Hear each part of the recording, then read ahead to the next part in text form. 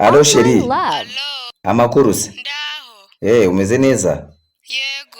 Sha rero hari umushuti wanjye twari turimo tuganira arambwira ngo ariko buriya ngo uzi ko ufite umusheri ngo ufite ibyinyo by'imingikirane ngo mfite umusheri w'ibyinyo by'imingikirane koko urazifite?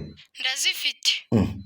None se sha urumva rero nta gihe nafashe cyo kukureba mu kanwa ngiye rwose n'uwo mwanya sinawubona ahubwo yahise anongera narambwira ngo uzi ko ngo afite n'imyate nibaza ukuntu yarebye ku gitsi cyawe koko se ufite imyate? Sha nayo ndayifite.